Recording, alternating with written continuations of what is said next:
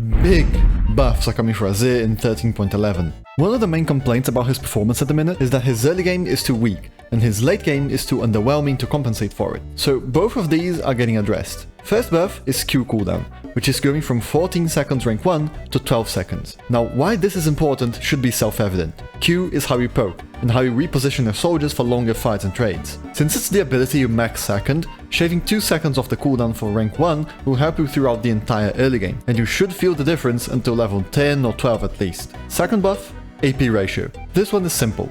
Number get bigger. Azir's WAP ratio applies on every single soldier auto, so going from 55% to 60 may not seem like a lot, but after 3 or 4 autos, that 5% adds up. This makes Azir's mid and late game better, since the more items you have, the more impactful this buff becomes. And last but certainly not least, his W is also getting a range buff, which is something I see Azir mains asking for a lot on their subreddit. Azir soldiers have 4 different ranges that you have to keep in mind: summon range, repositioning range, attack radius, and tether range. I want to go more in depth on these in a future video, so let's just keep it short and simple. Summon range is how far you can place the soldier.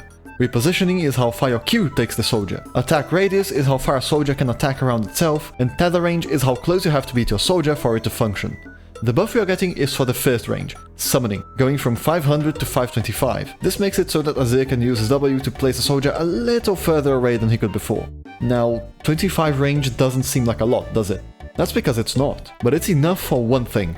Trading in lane will become stronger and safer now. That's because in mid lane, most control mages have an auto attack range of either 525 or 550. Azir's summoning range is currently at 500, plus the 40 radius from the soldier, placing his auto range at 540 without casting Q. Buffing the summoning range to 525 means that his effective auto range actually becomes 565, putting him above every mid lane mage other than Annie. Syndra, Veigar, Asol, Ryze, and Vex are some of the mages with 550 attack range, which means that in 13.11 you will be able to auto them before they can auto you.